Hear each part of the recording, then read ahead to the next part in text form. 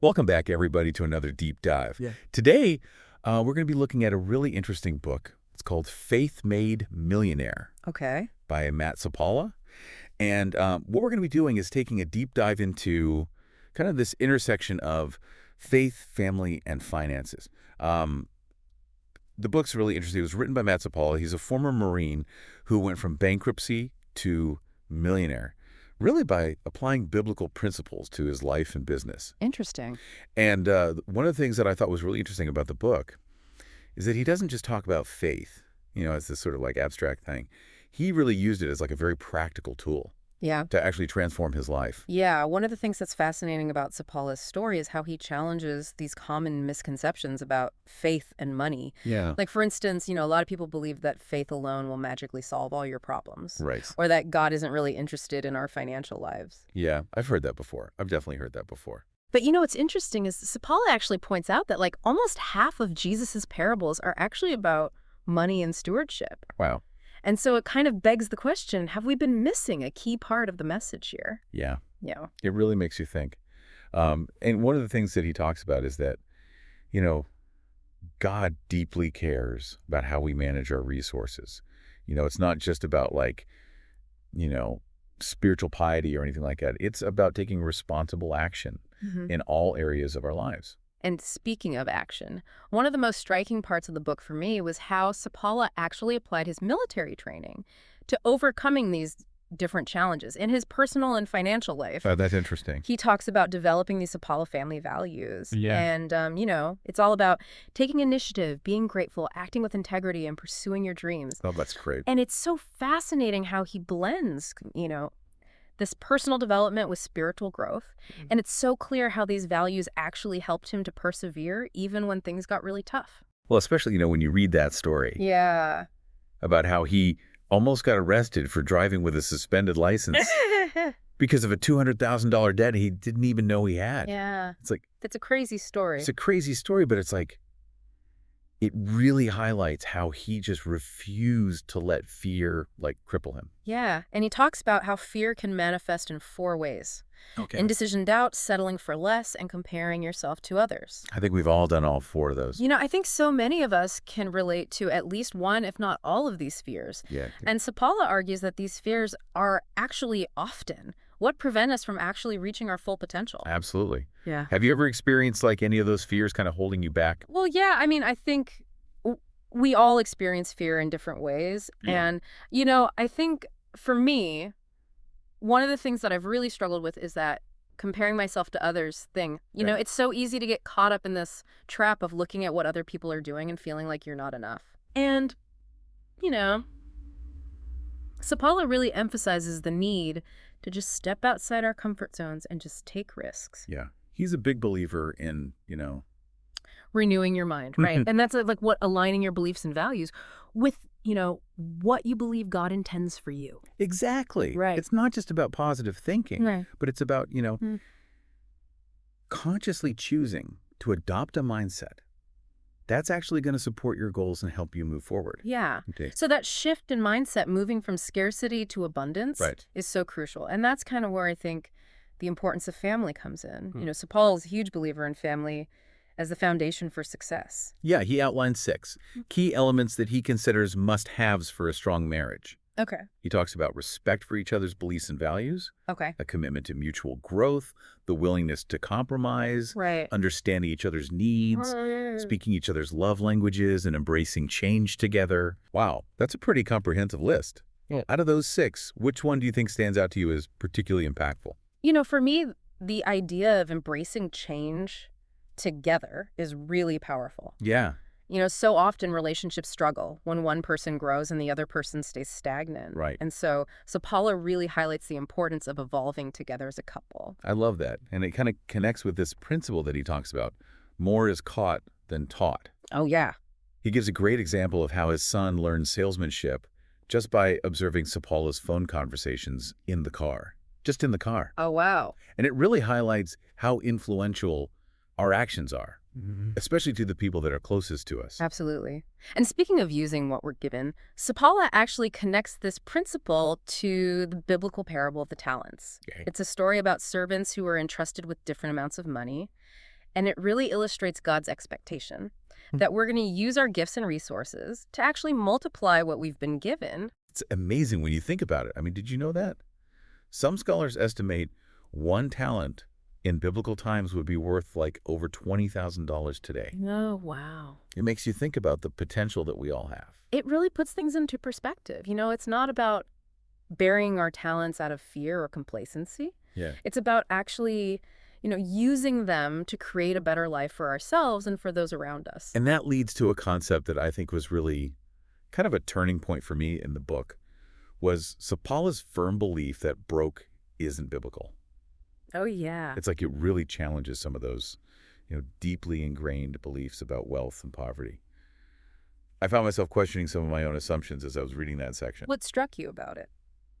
Well, it made me wonder if I'd maybe like unknowingly adopted a mindset of scarcity. Yeah.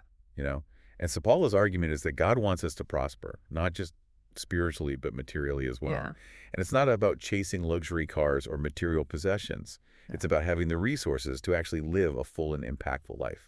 That's a great point. Sapaula's not advocating for this, gospel of materialism or anything like that. Right. He's really emphasizing the importance of using our resources wisely and responsibly to create a better life for ourselves and our families. Exactly. And he even shares this really poignant story about struggling to buy groceries for his children and having this moment that felt like divine provision at Jimmy John's. Yeah. It's like a reminder that we need to take responsibility for our finances, Right. but we can also have faith that God will provide for us. Have you ever experienced a situation like that where things just seemed impossible and then something shifted and like a solution just appeared? Yeah. I think everyone's had those moments where it feels like the universe steps in to help. Yeah. But Sapaula really stresses that we need to pair that faith with wise decision-making. Yeah. And he introduces this really practical framework for making smart financial decisions using this acronym L.S.R.T, which stands for liquidity, safety, rate of return, and tax advantages. A great way to think about it. Yeah, it's a really practical tool for evaluating investments, and it helps us understand, the different options that are actually available. And he breaks it down even further, right? He talks about what he calls the four homes of money. Yes. Banks, retirement plans, real estate, and permanent life insurance. And he goes through each one of those through that L.S.R.T lens. Exactly. And kind of talks about the pros and cons of each option. It's a great way to understand the complexities of personal finance in a really clear and concise way. Totally. Yeah. He even shares this amazing story about buying and selling a Bentley for profit during a friend's financial crisis. Yeah. And it really shows how being financially prepared can open up opportunities to help other people. That's a great example of how financial savvy can be used not just for personal gain, but also for generosity and service. Yeah. And it's clear that Sapaula really believes in the power of building a solid financial foundation. He calls cash flow the king of finance. Right. And he talks about these 3 C's of money: Yeah. cash flow, credit, and capital. And that's where this idea of being your own bank comes into play. Right. He highlights the importance of building strong credit history and understanding how to leverage financial tools like life insurance. Which is so empowering to think about, like taking control of your finances rather than being at the mercy of, traditional institutions. It really is. And it brings up this other kind of important aspect that we see kind of being debated a lot right now. This idea of wealth redistribution and the importance of generational wealth building. Yeah, it's a really nuanced and thought-provoking discussion. Yeah. Sapaula really argues that real empowerment comes from equipping people with financial literacy and the skills to actually manage their money. Yeah. It's not just about handouts. It's about breaking cycles of poverty through education and opportunity. And I love how he connects the dots between physical, mental, and financial well-being. He calls it holy health and wellness. Right. And it's like this reminder that our overall well-being is interconnected. You can't really neglect one area without impacting the others. Exactly. He shares his own journey of having to prioritize his health. He talks about overcoming his struggles with gout, arthritis, and spinal stenosis. Wow. And it's just inspiring how he applied that same discipline and consistency to his health as he did to his finances. Yeah, but he draws a strong parallel between the two. Yeah, and it really highlights the connection between our physical well-being and our mental and emotional states as well. Yeah, and he doesn't just stop at the physical, right? He Yeah. also talks about, the power of prayer and meditation Yeah. in maintaining mental and emotional well-being. Yeah. And he even delves into, this concept of fasting from a biblical perspective, Interesting. highlighting both the spiritual and the physical benefits. It's fascinating to see how he blends these, ancient practices Hmm. with a modern understanding of health and wellness. What stands out to you about his approach? You know what I find most compelling is how he weaves together these practical steps with these spiritual practices. Yeah. He emphasizes that true well-being isn't just about diet and exercise. It's about nurturing our spiritual and emotional selves as well. That makes total sense. And that leads us to, I think, this final piece of the puzzle that he explores in the book, which is finding purpose and fulfillment in life. Yeah. And he really believes that true fulfillment comes from finding work that aligns with our purpose and brings us joy. And he shares this really touching story about his encounter with this 100-year-old woman at a nursing home who still had this thirst for learning. Wow. And it contrasted so sharply with the resigned attitude Uh-oh. of some of the other residents. And it Wow. really highlighted the importance of maintaining a sense of curiosity and purpose throughout our lives. Absolutely. And he connects this to the concept of the Sabbath, not just as a day of rest, but as this principle of creating space for rejuvenation in our lives. Oh, at that. Yeah, it's a reminder Yeah. that we need that balance between work and rest. Yeah, we do. Yeah. And he encourages readers, to find activities that bring genuine joy and laughter, emphasizing that life should be very good in all aspects. Yeah. And for Sapaula, that includes embracing the entrepreneurial spirit. That's He interesting. draws this fascinating connection between entrepreneurship and faith. Yeah. He argues that God, Mm-hmm. as the creator of the universe, embodies this entrepreneurial spirit. Wow. And he even uses the story of Tom Brady as an example of someone who achieved greatness through hard work, dedication, and this relentless pursuit of excellence. It's a great example because it highlights that, achieving our goals requires not just talent, but also a strong work ethic. Yeah. And the willingness to actually persevere through setbacks. It really makes you realize that we all have that potential within us. He encourages us to embrace our own entrepreneurial potential. And he outlines this concept of the 4 stages of income: Okay. survivability, status, freedom, and purpose. Wow. And it's this framework for understanding Yeah. how our relationship with money can evolve as we grow. And the idea is to move beyond, simply surviving or seeking status, to achieve true financial freedom and live a purpose-driven life. What are your thoughts on those stages of income? You know what I find really insightful is that he doesn't just focus on financial gain. Right. He really focuses on aligning our work with our deeper purpose. Yes. It's not just about making money, it's about using our skills and talents to make a positive impact on the world. I love that. Yeah. It's about finding that sweet spot, right? Yeah. Where our passions and skills intersect with a need in the world. Exactly. And he even shares his unique approach to time management, categorizing days as focus, buffer, or recreation days. Oh, that's interesting. It's a great example of how he intentionally structures his time to prioritize both productivity and personal well-being. It's a good reminder that success in any area of life requires careful planning, disciplined execution, and the willingness to prioritize what truly matters. Yeah. It's not just about working harder, it's about working smarter and aligning our actions with our values.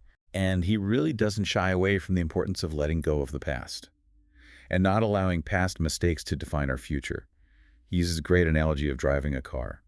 Focus on the windshield, not the rearview mirror. Oh, I love that. That's such a simple but profound image. Yeah. It reminds us that, dwelling on the past can really hinder our progress and prevent us from fully embracing the present moment. And he shares a powerful scene from the movie Saving Private Ryan to illustrate the importance of living a good life and making the sacrifices of others worthwhile. Powerful. It's a reminder to honor the legacy of those who came before us by living with purpose and striving to make a positive impact on the world. It's a powerful reminder that our choices have ripple effects and that we have a responsibility to make them count. Absolutely. Yeah, it really makes you think about, how we're choosing to spend our time and energy and whether those choices are actually aligning with the kind of legacy we want to leave behind. That's a great point. It's not just about making a living, it's about making a life. And speaking of living well, I wanted to kind of circle back to that idea of broke isn't biblical. because it really challenged my thinking. It's such a bold statement. Yeah, it definitely pushes back against some common assumptions about wealth and poverty.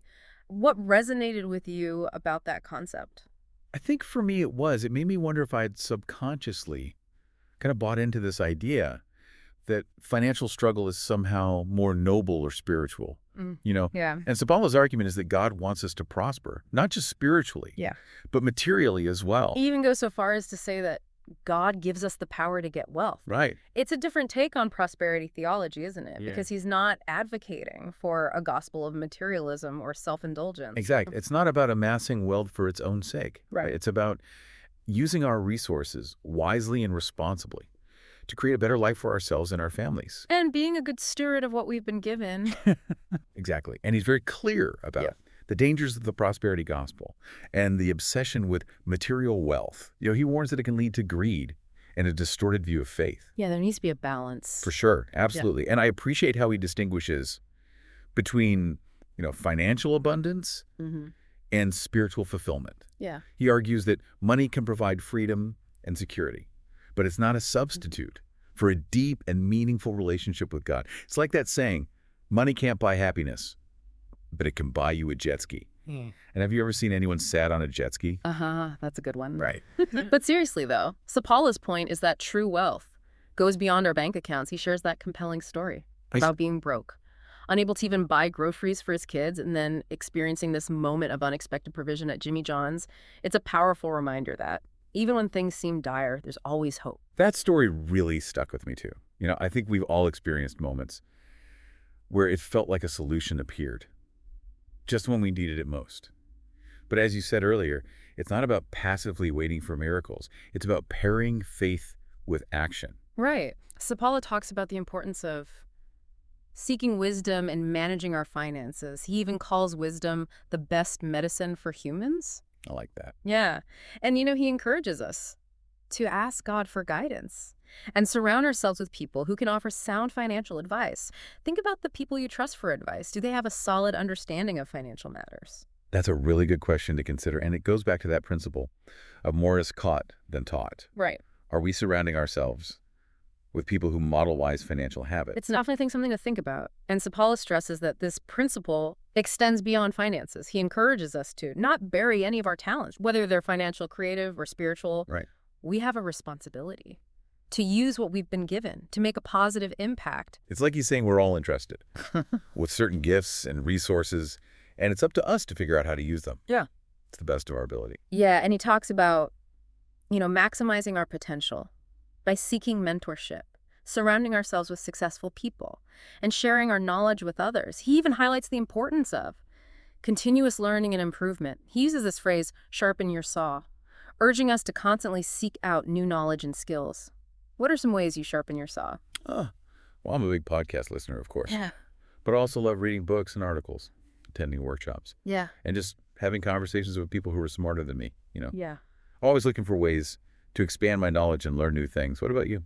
I'm similar. I love learning from books, documentaries, and online courses. I also find that traveling and experiencing different cultures is a great way to broaden my perspective and learn new ways of thinking. Sapaula's own story is a great example of continuous learning. He went from being a Marine to building a successful business, highlighting the importance of adaptability and the willingness to step outside your comfort zone. It's a great reminder that success is a journey, not a destination. And sometimes that journey involves failures and setbacks. Absolutely. Sapaula really embraces those challenges as opportunities for growth. Yeah. And he talks about the power of building a strong team and leveraging the expertise of others. He calls it the multiplier effect. I like that. He benefited from the mentorship of entrepreneur Patrick Bet-David, emphasizing the value of seeking guidance from those who have achieved the success you aspire to. It's like the old saying, if you want to go fast, go alone. If you want to go far, go together. I love that. It reminds me of the African proverb, if you want to go quickly, go alone. If you want to go far, go together.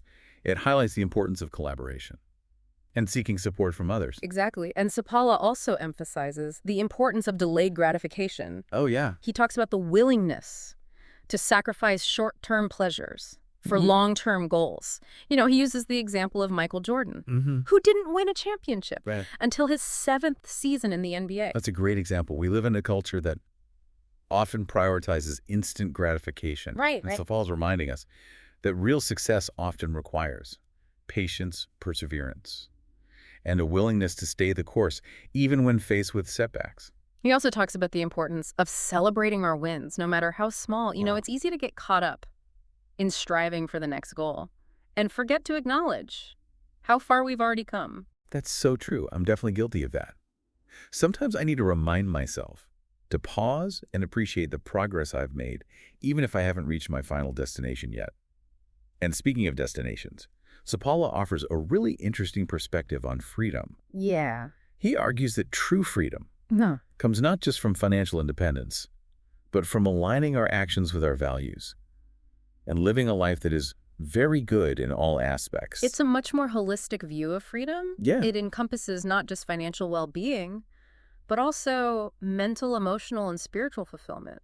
He Right. talks about enjoying the fruits of our labor, whether that's spending time with loved ones, pursuing our passions, or simply taking time to rest and recharge. It's a great reminder that we're not meant to just work and strive constantly. We need to build in time for joy, connection, and rejuvenation. He encourages us to create a life filled with purpose, laughter, and a deep sense of satisfaction, regardless of our financial status. He argues that, true wealth is not measured by our bank account, but by the richness of our experiences and the impact we make on the world. He wants us to live a life that feels abundant, even if it's not overflowing, with material possessions. It's beautifully said. It's not about denying the importance of financial security, but about recognizing that true wealth encompasses so much more. And it leads us to this really fascinating concept that he calls the on-trap athlete. Oh, yeah. He talks about applying the same principles of discipline, training, and dedication that athletes use in their craft to his own entrepreneurial pursuits. Yeah. He believes that building a successful business requires the same level of commitment and focus as becoming a world-class athlete. It's a powerful analogy. He draws these parallels Yeah. between the physical and mental conditioning required for athletic excellence and the mental toughness, resilience, and strategic thinking needed to thrive in business. Right. He also emphasizes the importance of having a strong support system, both in business and in life. He stresses the value of surrounding ourselves with people who challenge us, encourage us, and help us stay accountable to our goals. It's like having a team of coaches and cheerleaders in your corner, helping you stay motivated and focused. Exactly. And he talks about the importance of having a clear vision for our lives and businesses, and the importance of aligning our actions with that vision. He encourages us to write down our goals, break them down into smaller steps, and create a plan for achieving them. It's about being intentional and making choices that support our desired outcomes. It's a great reminder that we have more control over our lives than we sometimes realize. We can choose to be reactive and let circumstances dictate our path, or we can be proactive and create the future we desire. And he emphasizes the importance of taking action and not letting fear or procrastination hold us back. He's a firm believer in the power of execution. Taking consistent steps toward our goals, even small ones, can build incredible momentum over time. It's like the saying, the journey of 1,000 miles begins with a single step.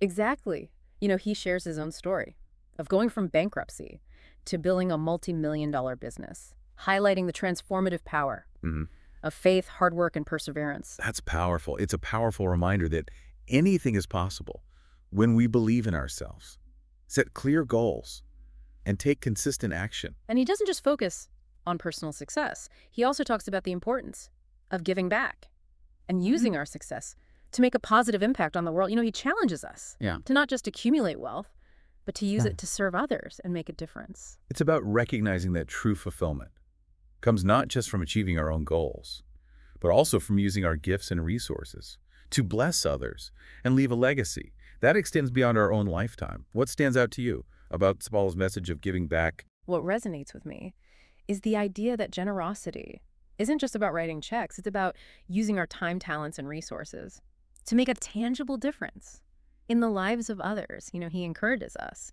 to find ways to leverage our success, to create a ripple effect of positive change. That's a great point. It's about finding creative and meaningful ways to share our abundance Yeah. and make the world a better place Yeah, it's really inspiring to see how Sapaula kind of weaves together his faith, his entrepreneurial journey, and this commitment to giving back. Makes you realize that success isn't just about the bottom line, right? It's about the impact we have on the world around us.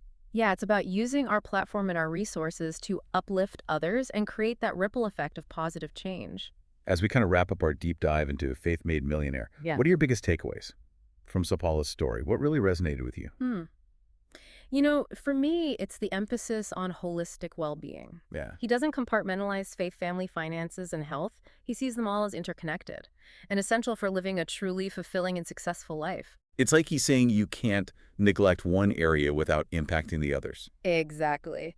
And he challenges us to not settle for mediocrity or be defined by our past mistakes. Right. He encourages us to embrace our potential, step outside our comfort zones, and pursue our dreams with passion and dedication. Yeah, it's a message of empowerment, a call to action to really tap into those God-given abilities and create a life that is truly extraordinary. And he reminds us that we don't have to do it alone. Right. He emphasizes seeking mentorship, building a strong support system, and leveraging the expertise of others to achieve our goals and make a lasting impact on the world. We're stronger together. Absolutely. Collaboration and support can really amplify our efforts and help us achieve more than we ever could on our own. So for those of you listening right now, Ay. what is one small step you can take today to align your actions with your values and start creating the life that you truly desire? Yeah. What talents, resources, or opportunities might you be overlooking? Sapaula's journey wasn't about luck or some secret formula. It was about a shift in mindset, a commitment to personal growth, and relentlessly pursuing his goals, guided by his faith. He faced challenges head-on, didn't let fear dictate his decisions. And he didn't focus on accumulating wealth just for himself, but on using his resources to serve others and make a positive impact. His story really reminds us that anything is possible when we believe in ourselves, set clear goals, and take consistent action. It's about taking ownership of our lives, aligning our actions with our values, and creating a future filled with purpose, joy, and abundance in all areas. Well, this has been an incredibly insightful deep dive, and I want to thank you for joining us. It's been a pleasure exploring these ideas with you. And for all of you listening, we encourage you to take what you've learned today and start creating your own faith-made story. Go out there and make a difference. We're excited to see what you create.